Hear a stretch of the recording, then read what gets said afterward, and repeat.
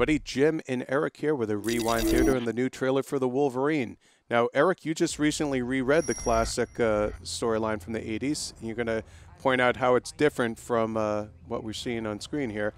Here we get our first look at Yukio, a character created from that miniseries, that classic Claremont Miller series, and we know that in the comics she's kind of somewhat of a ninja character herself who assists Wolverine.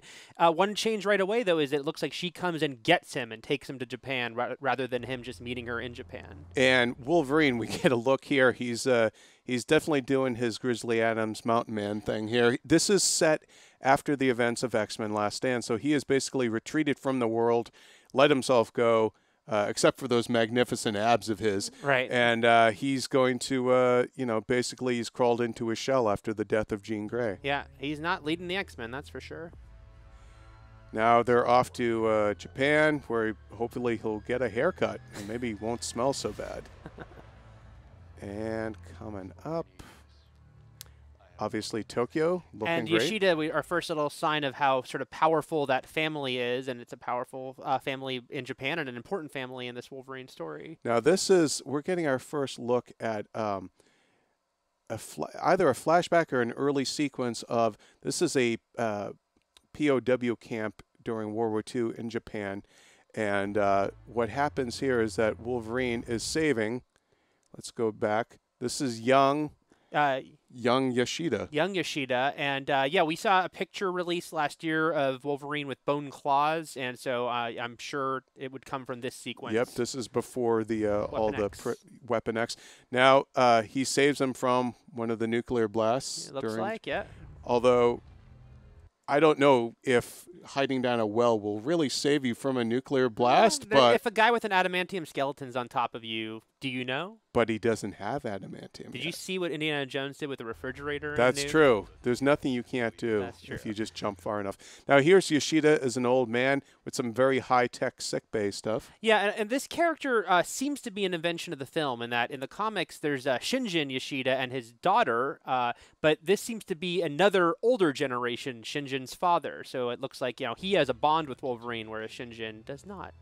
Now, that's our first look at Viper, a.k.a. Madam Hydra, played by, I'm going to try the name, Svetlana Kodchenkova.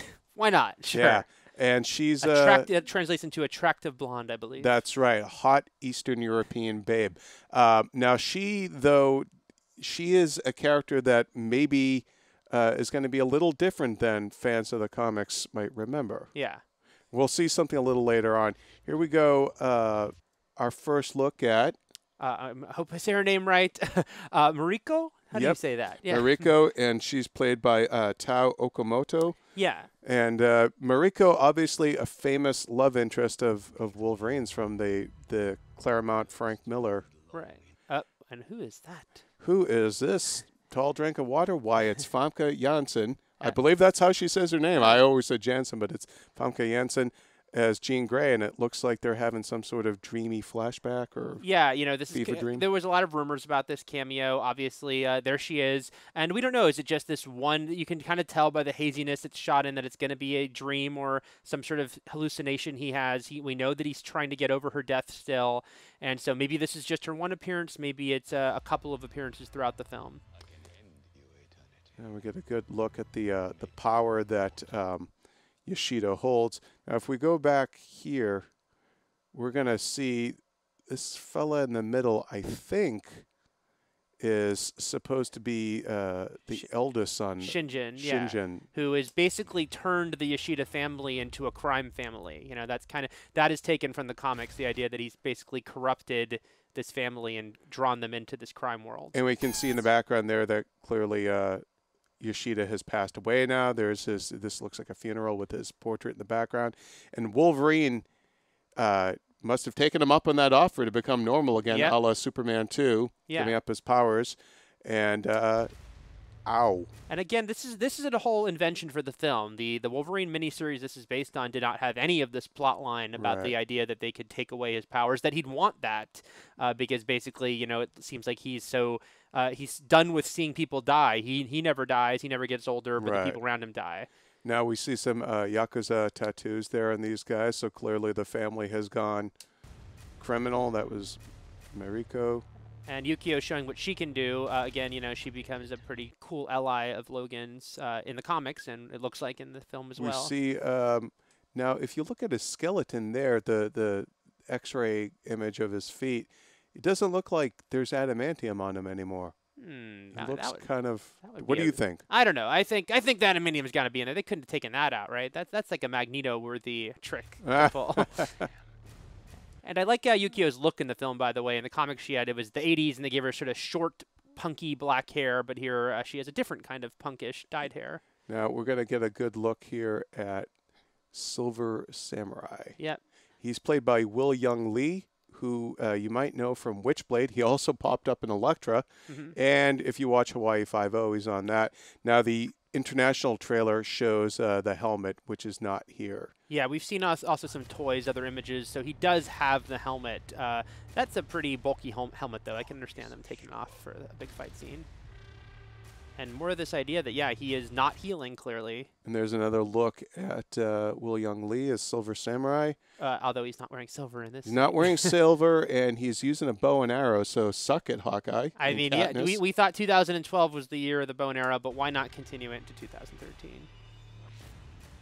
Now, there's another look at Viper. This isn't the first time that Wolverine's been kissed by a woman and then her face changes. Wolverine tends to have girls get on top of him and then change into other girls. Is that a good thing or a bad thing? That's up for you to decide. They're all pretty attractive. Look, he's living the dream. Now, if we see in the background here, it looks like they've gone to a veterinarian's office to treat Wolverine's wounds. Well, based on what we saw earlier in the trailer, it looks like he gets shot at that funeral, and I think they take off together. He stops her from being kidnapped, it looks like. And then they end up here to try to mend his wounds. It's kind of funny that Wolverine ends up at a veterinarian's office. Perhaps there's some dialogue about that fact. I bet you there is.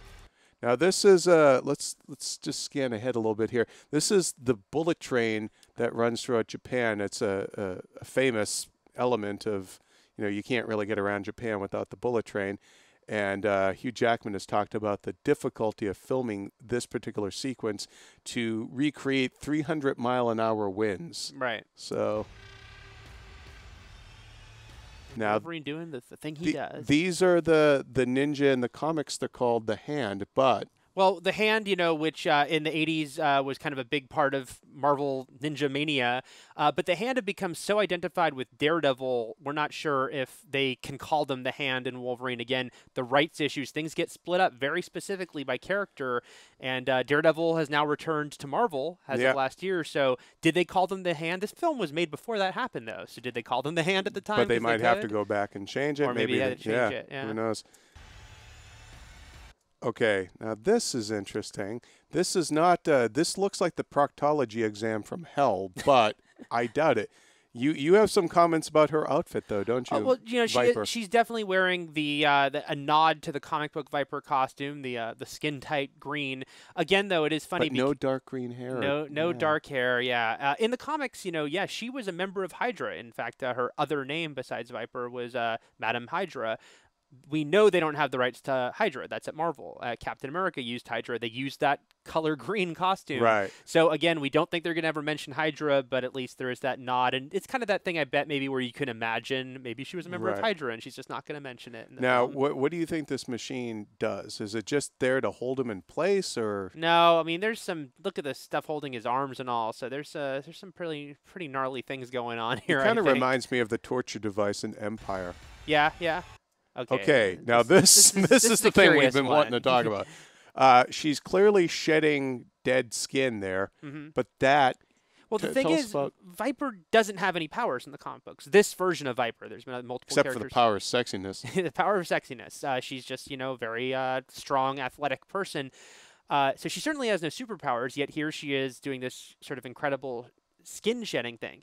There is an X-Men related character in the comics who has the power to shed her skin, and that's Husk, Paige Guthrie, from the Generation X comic books. So we are wondering, are they kind of combining those characters together here, giving her that ability, and maybe just adding more of a sort of mutant presence to this film? We know the original versions of the script to Wolverine were pretty much no superpowers except Wolverine himself, and there might have been at some point hey, why don't we throw in a few more powers here and to make Viper more of a mutant type character? Now, Wolverine clearly trying to figure out what the hell is going on with him. But for now, that's what we know about Wolverine. Thanks for listening. See you this summer.